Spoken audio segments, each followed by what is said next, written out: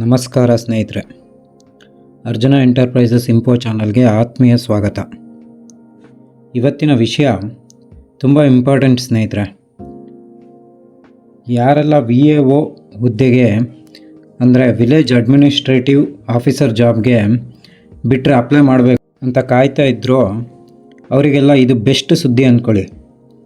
ಕಂದಾಯ ಇಲಾಖೆಯ ವಿವಿಧ ಜಿಲ್ಲೆಗಳಲ್ಲಿನ ಗ್ರೂಪ್ ಸಿ ವೃಂದದ ಗ್ರಾಮ ಆಡಳಿತ ಅಧಿಕಾರಿಯ ನೇರ ನೇಮಕಾತಿ ಹುದ್ದೆಗೆ ಸ್ಪರ್ಧಾತ್ಮಕ ಪರೀಕ್ಷೆ ಮೂಲಕ ನೇಮಕಾತಿ ಮಾಡಿಕೊಳ್ಳೋಕ್ಕೆ ಅರ್ಜಿ ಬಿಟ್ಟಿದ್ದಾರೆ. ಹಾಗಾದರೆ ಈ VAO ಪೋಸ್ಟು ಎಲ್ಲೆಲ್ಲಿ ಅಂದರೆ ಯಾವ ಡಿಸ್ಟಿಕ್ಕಲ್ಲಿ ಎಷ್ಟು ಪೋಸ್ಟ್ ಇದೆ, ಅರ್ಜಿ ಸಲ್ಲಿಸೋಕ್ಕೆ ಏನೆಲ್ಲ ಡಾಕ್ಯುಮೆಂಟ್ ಬೇಕು, ವಿದ್ಯಾರ್ಹತೆ ಏನಿರಬೇಕು, ಅಪ್ಲಿಕೇಶನ್ ಫೀಸ್ ಏನು, ವಯೋಮಿತಿ ಏನು, ಲಾಸ್ಟ್ ಡೇಟು, ಹೀಗೆ ಎಲ್ಲ ಮಾಹಿತಿಗಾಗಿ ಈ ವಿಡಿಯೋನ ಸ್ಕಿಪ್ ಮಾಡದೆ ಕೊನೆ ತನಕ ನೋಡಿ. ಈಗ ನೋಟಿಫಿಕೇಷನ್ ಫುಲ್ ಚೆಕ್ ಮಾಡೋಕ್ಕೂ ಮುಂಚೆ ನೀವಿನ್ನೂ ನಮ್ಮ ಅರ್ಜುನ ಎಂಟರ್ಪ್ರೈಸಸ್ ಇಂಪೋ ಚಾನಲ್ಗೆ ಸಬ್ಸ್ಕ್ರೈಬ್ ಮಾಡ್ಕೊಂಡಿಲ್ಲ ಅಂದರೆ ಈಗಲೇ ಸಬ್ಸ್ಕ್ರೈಬ್ ಮಾಡಿಕೊಂಡು ಬೆಲ್ ಐಕನ್ ಮೇಲೆ ಪ್ರೆಸ್ ಮಾಡಿ ಇನ್ನಷ್ಟು ಜಾಬ್ ಬಗ್ಗೆ ಮಾಹಿತಿ ಹಾಗೂ ಸರ್ಕಾರದಿಂದ ಸಿಗುವ ಎಲ್ಲ ಸೇವೆಗಳ ಬಗ್ಗೆ ಮಾಹಿತಿ ನಿಮ್ಮ ಜೊತೆ ಹಂಚಿಕೊಳ್ತೀವಿ. ಸರಿ ಸ್ನೇಹಿತರೆ, ಈಗ ಕಂದಾಯ ಇಲಾಖೆಯಿಂದ ಬಿಡುಗಡೆಯಾಗಿರುವ ಈ ನೋಟಿಫಿಕೇಷನ್ನು ಫುಲ್ ಚೆಕ್ ಮಾಡೋಣ ಬನ್ನಿ. ಮೊದಲಿಗೆ ಒಟ್ಟು 21 ಜಿಲ್ಲೆಗಳಲ್ಲಿ VAO ಹುದ್ದೆಗೆ ಅರ್ಜಿ ಕರೆದಿದ್ದಾರೆ. ಅದರಲ್ಲಿ ತುಮಕೂರು, ಮಂಡ್ಯ, ಮೈಸೂರು ಹಾಗೆ ಬೆಳಗಾವಿ ಜಿಲ್ಲೆಗಳಲ್ಲಿ ಅತಿ ಹೆಚ್ಚು ಪೋಸ್ಟ್ ಕರೆದಿದ್ದಾರೆ.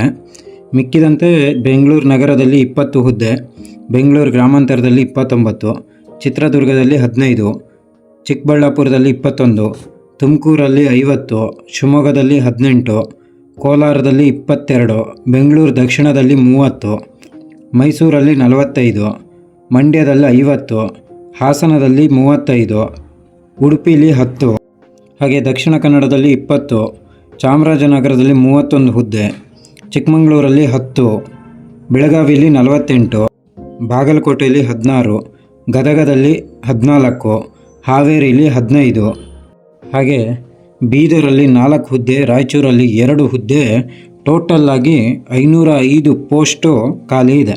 ಈಗ ವಿದ್ಯಾರ್ಹತೆ ಬಗ್ಗೆ ಮಾತಾಡೋದಾದರೆ ಈ ಪೋಸ್ಟಿಗೆ PUC ಕಂಪ್ಲೀಟ್ ಆಗಿದ್ರೆ ಸಾಕು, ಅಥವಾ PUCಗೆ ತತ್ಸಮಾನ ವಿದ್ಯಾರ್ಹತೆ ಆಗಿದ್ರೂ ಸಾಕು.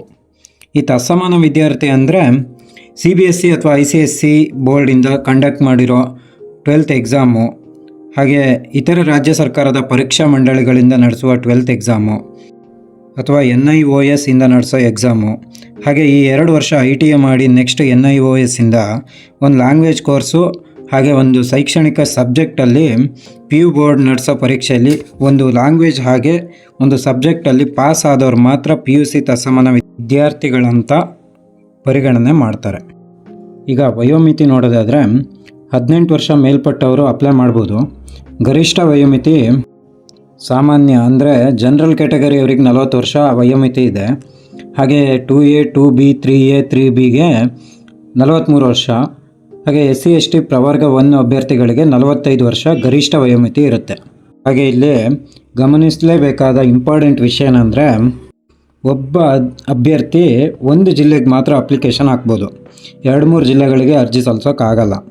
ಹಾಗೆ ಒನ್ಸ್ ನೀವು ಅರ್ಜಿ ಸಲ್ಲಿಸಿದ ಮೇಲೆ ಯಾವುದೇ ಕಾರಣಕ್ಕೂ ಎಡಿಟ್ ಮಾಡೋಕ್ಕೆ ಆಪ್ಷನ್ ಇರೋದಿಲ್ಲ. ಸೊ ಅಪ್ಲೈ ಮಾಡ್ತಾ ಕ್ಲೀನಾಗಿ ಚೆಕ್ ಮಾಡಿ ಅಪ್ಲೈ ಮಾಡಬೇಕಾಗತ್ತೆ. ನೆಕ್ಸ್ಟು VA ಹುದ್ದೆಗೆ ಆನ್ಲೈನ್ ಅರ್ಜಿ ಕರೆದಿರೋ ದಿನಾಂಕ 11 ಜುಲೈ 2026. ಅದೇ ಕೊನೆ ದಿನಾಂಕ 30/7/2026, ಅಂದರೆ ಇದೇ ತಿಂಗಳು ಎಂಡಿಗೆ ಕ್ಲೋಸ್ ಆಗುತ್ತೆ. ಹಾಗೆ ಪೇಮೆಂಟ್ ಮಾಡೋಕ್ಕೆ ಒಂದು ದಿನ ಎಕ್ಸ್ಟ್ರಾ ಟೈಮ್ ಇರುತ್ತೆ, ಅಂದರೆ 31 ಜುಲೈ 2026ಗೆ ಎಂಡ್ ಆಗುತ್ತೆ. ಆದಷ್ಟು ಅಪ್ಲೈ ಮಾಡೋರು ಕೊನೆ ದಿನಾಂಕದವರೆಗೆ ಕಾಯ್ದೆ ಆದಷ್ಟು ಬೇಗ ಅಪ್ಲೈ ಮಾಡ್ಕೊಳ್ಳಿ, ಕೊನೆ ಟೈಮಲ್ಲಿ ಸರ್ವರ್ ಇಶ್ಯೂ ಬರುತ್ತೆ. ಹಾಗೆ ಇಲ್ಲೊಂದು ಇಂಪಾರ್ಟೆಂಟ್ ವಿಷಯ ನೋಡೋದಾದರೆ, ಒನ್ಸ್ ನೀವು ನೇಮಕಾತಿಲಿ ಆಯ್ಕೆ ಆದರೂ 2 ಇಯರ್ಸು ಪ್ರೊಬೇಷನ್ ಪೀರಿಯಡ್ ಅಂತ ಇರುತ್ತೆ. ಅಲ್ಲಿ 2 ವರ್ಷ ನಿಮ್ಮ ಕೆಲಸ ಹಾಜರಾತಿ ಎಲ್ಲ ಚೆಕ್ ಮಾಡಿ ಆಮೇಲೆ ಪರ್ಮನೆಂಟ್ ಆಗೋ ಚಾನ್ಸಸ್ ಇರುತ್ತೆ. ಅದೆಲ್ಲ ಆದಮೇಲೆ NPS ಸೌಲಭ್ಯ ಸಹ ಇರುತ್ತೆ. ಈಗ ಆನ್ಲೈನ್ ಅರ್ಜಿ ಶುಲ್ಕ ನೋಡೋದಾದರೆ ಜನರಲ್ ಹಾಗೆ OBC ಕ್ಯಾಟಗರಿಯವರಿಗೆ ಟೋಟಲ್ 750 ರುಪೀಸ್ ಇರುತ್ತೆ ಫೀಸು. ಹಾಗೆ SC ST ಪ್ರವರ್ಗ 1 ಅಥವಾ ಮಾಜಿ ಸೈನಿಕ ಅಥವಾ ತೃತೀಯ ಲಿಂಗದ ಅಭ್ಯರ್ಥಿಗಳಿಗೆ 500 ರೂಪಾಯಿ ಇರುತ್ತೆ. ಡಿಸಬಿಲಿಟಿ ಅಪ್ಲಿಕೆಂಟ್ಗಳಿಗೆ 250 ರುಪೀಸ್ ಅರ್ಜಿ ಶುಲ್ಕ ಇರುತ್ತೆ. ಈಗ ಎಕ್ಸಾಮ್ ಯಾವಾಗ ಅಂತ ಕೇಳಿದರೆ ಇಲ್ಲಿದೆ ನೋಡಿ, 2 ಪೇಪರ್ ಇರುತ್ತೆ. ಪೇಪರ್ 1 ಅಕ್ಟೋಬರ್ 4ನೇ ತಾರೀಕು ಬೆಳಗ್ಗೆ 10:30 12:00 ತನಕ ಇರುತ್ತೆ. ಹಾಗೆ ಪೇಪರ್ 2 ಅದೇ ದಿನ ಮಧ್ಯಾಹ್ನ 2:30 4:00 ತನಕ ಇರುತ್ತೆ. ಹಾಗೆ ಪೇಪರ್ OMR ಮಾಡಲ್ ಆಗಿರುತ್ತೆ. ಎಕ್ಸಾಮ್ ಸೆಂಟ್ರು ಡೀಟೇಲ್ಸ್ ಎಲ್ಲ ನಿಮಗೆ ಹಾಲ್ ಟಿಕೆಟ್ ಬಂದ ಮೇಲೆ ಗೊತ್ತಾಗೋದು.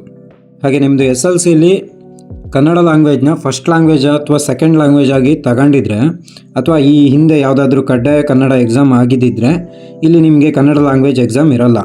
ಇಲ್ಲ ಅಂತ ಅಂದರೆ ಕಡ್ಡಾಯ ಕನ್ನಡ ಎಕ್ಸಾಮು ಪಾಸ್ ಮಾಡಲೇಬೇಕಾಗಿರುತ್ತೆ. ಇವಾಗ ಪೇಪರ್ 1 ಬಗ್ಗೆ ನೋಡೋದಾದರೆ ಟೋಟಲ್ 100 ಕ್ವಶನ್ಸ್ ಇರುತ್ತೆ. ಎಲ್ಲದಕ್ಕೂ 4 ಆಪ್ಷನ್ ಇರುತ್ತೆ. ಹಾಗೆ 100 ಮಾರ್ಕ್ಸಿಗೆ ಟೋಟಲ್ 2 ಅವರ್ ಟೈಮ್ ಇರುತ್ತೆ. ಸೇಮ್ ಪೇಪರ್ 2 ಸಹ 2 ಅವರ್ ಟೈಮ್ ಇರುತ್ತೆ. 100 ಮಾರ್ಕ್ಸ್ಗೆ ಇರುತ್ತೆ. ಮಿನಿಮಮ್ 35 ತೆಗಿಲೇಬೇಕು ಪಾಸ್ ಆಗೋಕ್ಕೆ. ಇದರಲ್ಲಿ ಇನ್ನೊಂದು ಏನಂತ ಅಂದರೆ ನೆಗೆಟಿವ್ ವ್ಯಾಲ್ಯೂಯೇಷನ್ ಇರುತ್ತೆ. 0.25 ಒಂದು ರಾಂಗ್ ಆನ್ಸರ್ಗೆ ನೆಗೆಟಿವ್ ಆಗುತ್ತೆ. ಈಗ ಎಲಿಜಿಬಿಲಿಟಿ ರೂಲ್ಸ್ ನೋಡೋದಾದರೆ ಫಸ್ಟ್ ಒನ್ನು ಇಂಡಿಯನ್ ಆಗಿರಲೇಬೇಕು. ಸೆಕೆಂಡ್ ಒನ್ನು ಆಲ್ರೆಡಿ ಮದುವೆ ಆಗಿದ್ದು ಪಾರ್ಟ್ನರ್ ಜೀವಂತ ಇರಬೇಕಾದ್ರೇ ಇನ್ನೊಂದು ಮದುವೆ ಆಗಿದ್ದರೆ ಗೌರ್ಮೆಂಟ್ ಕಡೆಯಿಂದ ಪೂರ್ವಾನುಮತಿ ತಗೊಂಡಿರಬೇಕು. ಮೂರನೇದು applicant mentally and physically fit ಇರಬೇಕು. ಹಾಗೆ ಯಾವುದೇ ಎಕ್ಸಾಮ್ಗಳಲ್ಲಿ ಡಿಬಾರ್ ಆಗಿರಬಾರ್ದು. ಹಾಗೆ ಮೀಸಲಾತಿ ಬಗ್ಗೆ ನೋಡೋದಾದರೆ ಕ್ಯಾಟಗರಿ ಅಂದರೆ ಕ್ಯಾಸ್ಟ್ ಸರ್ಟಿಫಿಕೇಟ್ ಕೊಟ್ಟು ಮೀಸಲಾತಿ ಪಡಿಬೋದು. ಅದಾದಮೇಲೆ ಗ್ರಾಮೀಣ ಅಭ್ಯರ್ಥಿ, ಕನ್ನಡ ಮಾಧ್ಯಮ, ಯೋಜನಾ ನಿರಾಶ್ರಿತ, ಹಾಗೆ ಮಾಜಿ ಸೈನಿಕ, ವಿಶೇಷ ಚೇತನ ಈ ಥರ ಮೀಸಲಾತಿ ಕೋರ್ಬೋದು. ಇವಾಗ VA ಹುದ್ದೆಗೆ ಅರ್ಜಿ ಸಲ್ಲಿಸೋಕ್ಕೆ ಬೇಕಾಗುವ ದಾಖಲೆಗಳ ಬಗ್ಗೆ ನೋಡೋಣ. ಮೊದಲನೇದಾಗಿ ನಿಮ್ಮ ಆಧಾರ್ ಕಾರ್ಡು, ನೆಕ್ಸ್ಟು ನಿಮ್ಮ PUC ಹಾಗೆ ಎಲ್ಲ ಮಾರ್ಕ್ಸ್ ಕಾರ್ಡ್ಗಳು ಬೇಕಾಗತ್ತೆ. ಜೊತೆಗೆ SLC ಮಾರ್ಕ್ಸ್ ಕಾರ್ಡು, ಹಾಗೆ ಮಾಜಿ ಸೈನಿಕ ಅಂತ ರಿಸರ್ವೇಷನ್ ಏನಾದ್ರು ಕೋರಿದರೆ ಬಿಡುಗಡೆ ಪ್ರಮಾಣ ಪತ್ರ ಸಹ ಕೊಡಬೇಕಾಗತ್ತೆ.